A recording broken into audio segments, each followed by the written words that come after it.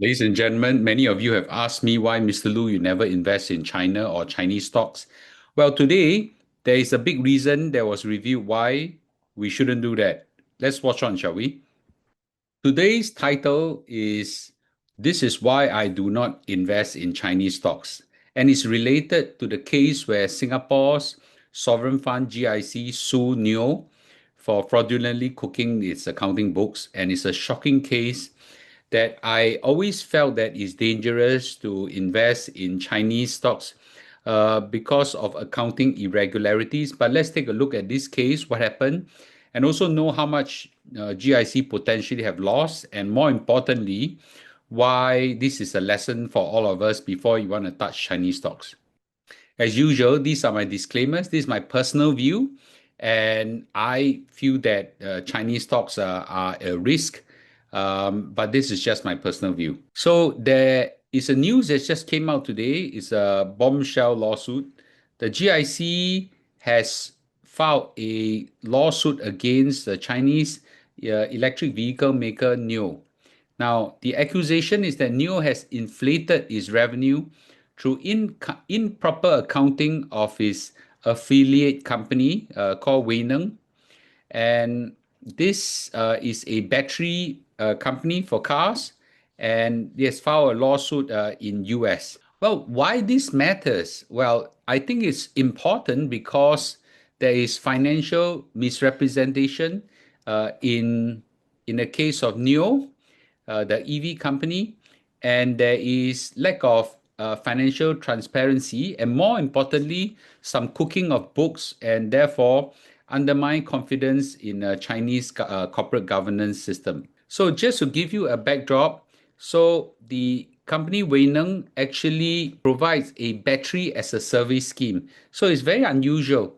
This company actually can sell his cars without batteries and lease the battery by a monthly payment and allow swapping services. And I think for those people who are into EV cars, they will probably know that EV batteries are probably one that will expire in time. So maybe lease is better than buying. And NEO co-founded Weineng with CATL and other companies, each holding roughly about 25% stake. NEO controlled Weineng but recorded it as an independent company. That part is okay. And the battery sales would actually be booked in this company. But what they do is that they recognize the revenue upfront. So when they sell the batteries, they recognize the revenue upfront instead of spreading the lease over 7 years, which I think it's what the contract term is for the lease. So you could actually they actually book the entire lease upfront instead of spreading it out. And that's proper accounting practices. I think that's global, and I don't think that's unique to let's say Commonwealth country whatsoever. These accounting practices recognize revenue as the good is being consumed. That's a very common accounting practice. So it basically moved from money from his left pocket, right pocket, and call it profit. It's front-loading revenue, and it's a classic accounting red flag. And I remember a long time ago when I wouldn't name the companies. I was involved in some sale company. I saw some of these things as well, where they recognize uh, a lot of uh, a lot of revenue upfront, okay, where it's supposed to spread out. And the other one is they also a lot of companies like to recognize the cost upfront instead of spreading out. And this is what you call depreciation. An asset, let's say you buy for $900, and there's the 3 years of asset life. You're supposed to spread it across 3 years. But a lot of companies like upfront load it so that the cost is very high on the first year, and therefore you do only pay so much taxes and things like that. So these kind of accounting irregularities we do see. So the accounting trick that to simplify looks like this. So NEO would sell the batteries to Weineng. So once I transfer the asset to a company, then they will upfront recognize the revenue. Okay, there will be a big revenue boost. Then when Weineng leases the batteries to the customer, they collect monthly battery subscription collected over time. So therefore, it's a long-term cash flow spread across the years. And this would inflate sales and margin uh, to look healthy on the NEO side and the financials to appear better than reality. And this basically front loading um, of revenues, and I think this create phantom profits. Now, GIC has quite a massive exposure. Of course, that was years ago. And between August 11, 2020 to July 11, 2022, just take note, those period were intensive COVID period. Okay, intensive COVID period. And electric cars then were of course very popular, and they bought about 54.5 million ADRs of NEO. By the way, ADR stands for American Depository Receipt Shares. These are certificates allow US investors to buy foreign stocks on the American exchange. Mechanism probably not important, but one NEO ADR equals to multiple NEO ordinary shares traded in China. So the cost of purchase roughly then was about average probably through the AI guess is about $20 to $30. Okay, and NEO traded 30 to 60, $3 to $60 during a purchase rate. I'll show you the share price in a short while. And the estimated investment cost probably will be in the range of 1 billion over dollars. Now, until now, I could not find a reliable source that says whether GIC exited completely or not, but I think some financial media that has reduced or exited its NEO stake, maybe completely, we don't know, but there were heavy losses and legal uncertainty. So we don't know how much GIC have sold and how much they're recovered and things like that. Understandably, this would be quite a significant hit.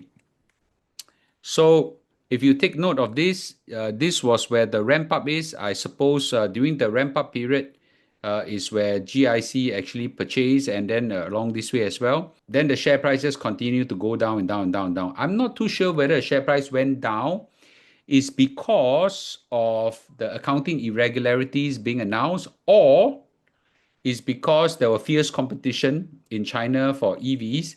But fair to say the share prices came down considerably. You can see, okay, from $60 to $6. You can see it's almost a 90% drop in the share price, and that's a huge loss. Okay, that's a huge loss. So if GIC have already sold it early, not too bad. That's a smart move. If they kept until now, well, the share price of Lao Sai, is a terrible, terrible hit. Now, clearly, $1 billion will wipe out with the announcement of this news. It was estimated about 8% of the share price have dropped, and billions of dollars of market cap will wipe out for NEO. So the pre-news was about 16.9 billion, and then after the news turned out to be 14.2 billion. So, quite a considerable fall. In fact, during the intraday, it was about 14% share price, 14% share price drop, and as a result, market cap fall was about $2.4 billion. That's a lot of money.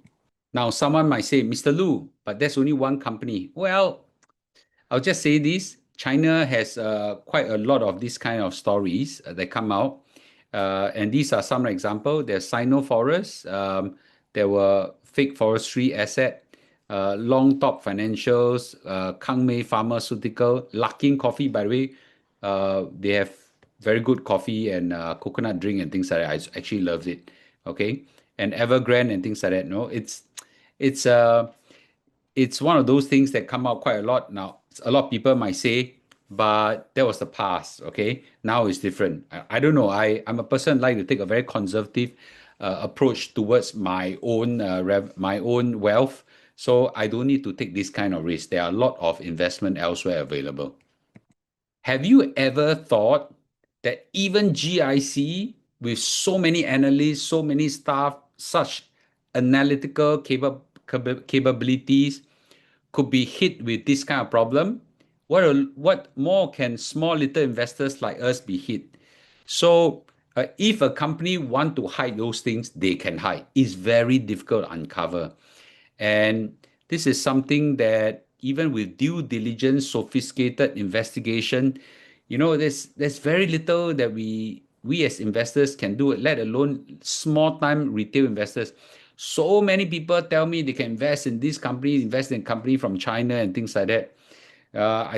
I just keep myself away from Chinese stock with a 10-foot pole. Not to forget, Chinese stocks have a very, very serious threat of a policy risk that can suddenly happen and for no no good reason. At least Donald Trump, although he's potentially volatile and sometimes a bit xiao, I call him President Xiao at times, but he's pro stock market.